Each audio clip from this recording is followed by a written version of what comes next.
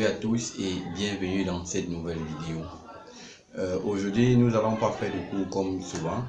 Aujourd'hui, on doit prendre un cas pratique. La vidéo ici va porter sur quoi? Sur l'écriture des algorithmes. Donc, je vais montrer par exemple comment quitter d'un énoncé pour aboutir à un algorithme. Généralement, pour les élèves de première et terminale scientifique, sont des questions qu'on pose de façon récurrente. On vous dit par exemple, voici un problème, écris l'algorithme permettant de résoudre le problème. Donc, c'est un peu cela. Et sans toutefois tarder, nous allons directement nous diriger vers l'écran de mon ordinateur pour la suite du cours. Merci.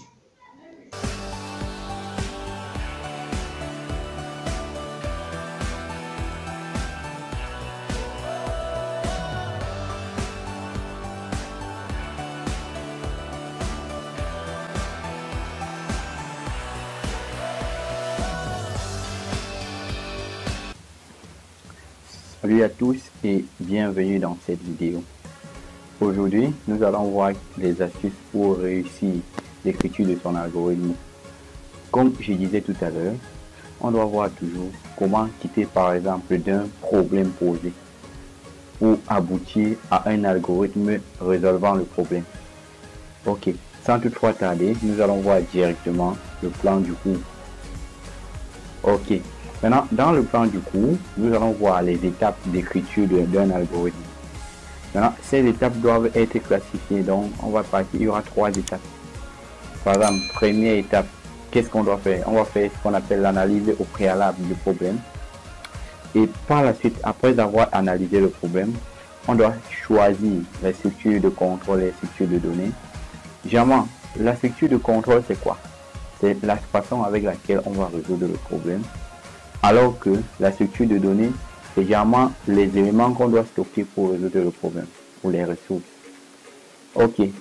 En dernier point, nous allons voir l'écriture proprement dite de l'algorithme. Ok. Sans toutefois tarder, nous entrons directement dans le vif du sujet avec la première étape. Bon. On doit d'abord commencer par énoncer un petit problème avant d'utiliser ces étapes pour résoudre le problème. Ok, le problème est très simple. Votre père souhaiterait, par exemple, mettre sur pied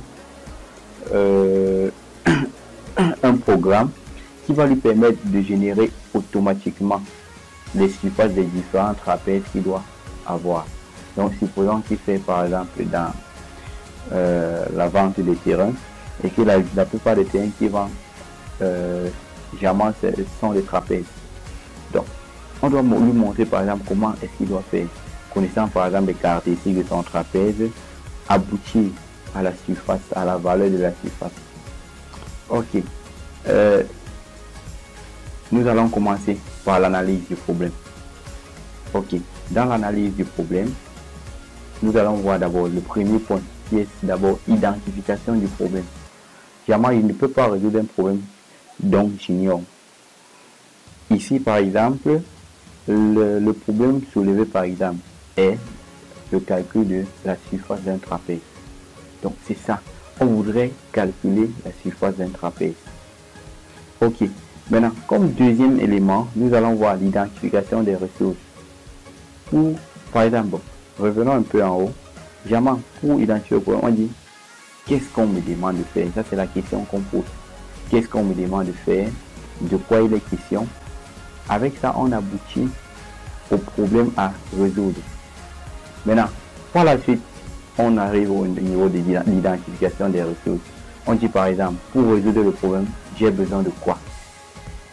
Ici par exemple, généralement, pour résoudre le problème, bon, il est que la surface à calculer, c'est une ressource.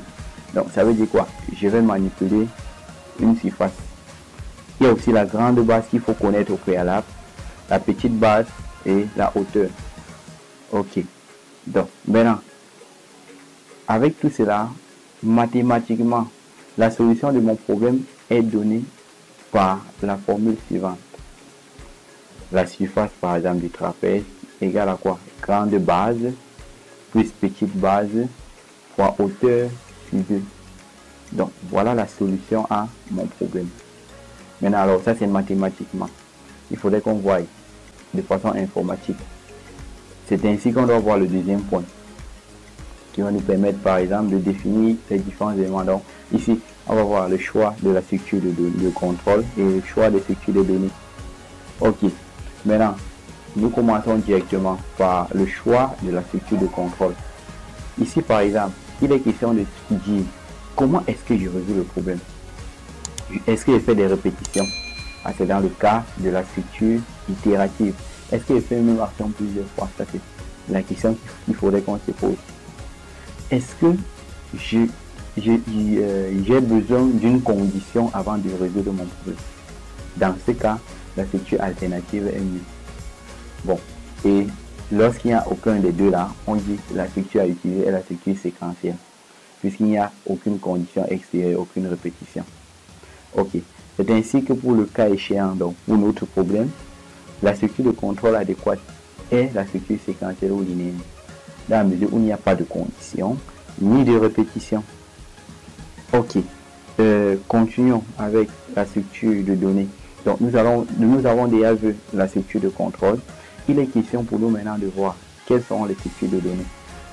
Bon, puisque notre problème est un petit problème, nous allons utiliser uniquement les variables. Donc, il y a des cas où, par exemple, on pourra utiliser des tableaux, des enregistrements. Bon, avec cela, je vais voir comment mettre sur pied des vidéos traitant ces différents cas-là. Ok, maintenant, continuons. Avec cela, nous allons récapituler. Nous avons récapitulé dans un tableau les différentes ressources, les variables associées à ces ressources, leur type et leur catégorie. C'est ainsi qu'on a, par exemple, la grande base du trapèze. Le nom de la variable, moi j'ai appelé ça GB, qui est un réel et qui est une variable d'entrée. Petite base, B réel. Donc voilà un peu. Je profite une fois pour attirer votre attention. Par exemple, les catégories des variables, nous avons trois catégories. Les variables d'entrée, les variables de sortie et les variables intermédiaires. Généralement, les variables d'entrée sont des variables sans lesquelles on ne peut pas résoudre le problème. Si j'ai la grande base, j'ai la petite base, mais je n'ai pas la hauteur, je ne peux pas résoudre le problème. Alors que, généralement, les variables de sortie sont des variables, donc, généralement, c'est ça le but du problème. Donc, c'est ce qu'on voudrait faire dans le programme. C'est pour ça que la surface du trapèze, jusqu'à la fin, je vois la surface du trapèze. La surface du trapèze, c'est une variable de sortie. Bon, maintenant, lorsque tu n'es ni d'entrée ni de sortie, on t'appelle variable intermédiaire. Ok. Je pense qu'avec cela, nous allons finir avec l'analyse et les spécifications. Maintenant, on peut passer à l'écriture de l'algorithme. C'est ainsi que nous allons voir le dernier point du cours, qui est l'écriture de l'algorithme. Ok. Ici, par exemple, nous allons voir, puisque bon, il fallait donner un nom au préalable, moi j'ai choisi surface trapèze. Maintenant, seule astuce à retenir lorsqu'on veut donner le nom de l'algorithme, c'est que le nom de l'algorithme ne doit pas commencer avec un chiffre. Et aussi, il ne doit pas avoir d'espace. Par exemple, vous voyez que surface trapèze, c'est deux mots. Maintenant, j'ai avalé l'espace avec un tiret de 8. Je pouvais aussi faire comment? Je pouvais aussi faire ce qu'on appelle la concaténation. Et avec ça, bon, je pouvais faire la concaténation et mettre surface trapèze en un seul mot. Donc, voilà un peu comment est-ce qu'on fait pour écrire le nom de l'algorithme. Donc, ça, c'est la première partie, l'entête. Maintenant, la deuxième partie, c'est quoi? C'est la partie déclarative. Puisque j'avais dit au départ, dans l'analyse, que j'avais 4 variables. Voilà les différentes 4 variables avec leur type, donc type réel. Enfin, on peut commencer l'algorithme. Donc, début, l'algorithme commence par début et on commence directement par faire quoi? On demande à l'utilisateur d'entrer sa grande base et on récupère avec lui. Pour ceux qui ont suivi mes vidéos depuis, il y a des cours plus spécifiques dans l'explication des différentes structures de contrôle des variables et tout. Vous pouvez regarder dans ma chaîne et voir ces vidéos. Ok, maintenant par la suite, nous allons demander d'entrer la petite base et récupérer la petite base. Nous allons aussi demander la hauteur et récupérer la hauteur.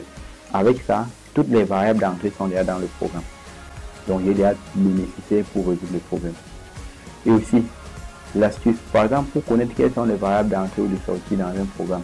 Pour les variables d'entrée, vous regardez partout, on a dit lire cette variable. Lire n'importe quelle variable, toutes les variables où il y a lire sur ça, sont des variables d'entrée. Ok. Donc, voilà. Maintenant, par la suite, la machine fait comment? Fait cette affectation. Et enfin, affiche la surface. Donc, affiche un message d'abord, la surface est, et la valeur de la surface est affichée. Donc, et avec ça, on a terminé notre algorithme. Donc, j'espère que ce cours vous a bien détaillé comment s'y prendre pour résoudre un problème, pour écrire un algorithme. Ok.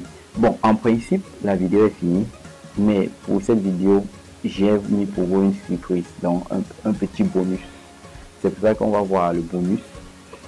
Dans le bonus, on doit voir par exemple comment compter le nombre d'instructions d'un algorithme. Ok, donc reprenons l'algorithme qu'on vient d'écrire. Vous voyez, c'est exactement ce qu'on vient d'écrire. Maintenant, il est question de faire comment? De compter le nombre d'instructions de cet algorithme. Donc, il est question de compter. Bon, la technique à suivre est très simple.